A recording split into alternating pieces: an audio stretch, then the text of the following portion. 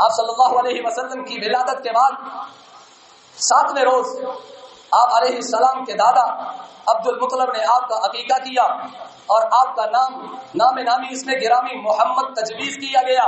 محمد کے نام مبارک میں کوئی نقطہ نہیں، اللہ کے نام میں بھی کوئی نقطہ نہیں۔ جیسے وہ اللہ اکیلا ہے، اس کی کل کائنات میں محمد بھی اکیلا ہے صلی اللہ علیہ وسلم۔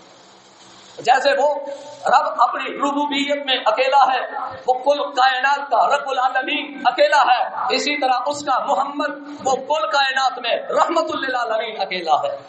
یہ محض اتفاق نہیں ہے، یہ اللہ کے ارادے سے ایسا ہے۔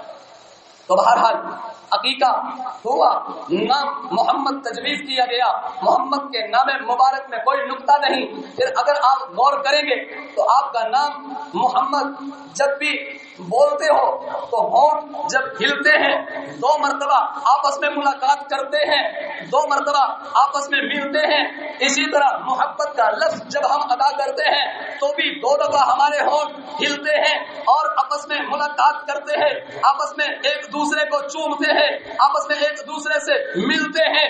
اور بھائیوں، ذات محمد صلی اللہ علیہ وسلم، ذات اقدس کو دنیا میں اللہ نے اس لیے پیدا فرمایا کہ جیسے آپ کا نام لیں تو 2 مرتبہ ہونٹ چومتے ہیں ایک دوسرے کو، دونوں آپس میں ملاقات کرتے ہیں، محبت کا لفظ بولیں تو 2 دفعہ ہونٹ آپس میں ملتے ہیں۔ اشارہ اس بات کی طرف ہے کہ محمد رسول اللہ صلی اللہ علیہ وسلم کو ہم نے دنیا میں بھیجا ہے تو محبتیں تقسیم کرنے کے لیے بھیجا ہے۔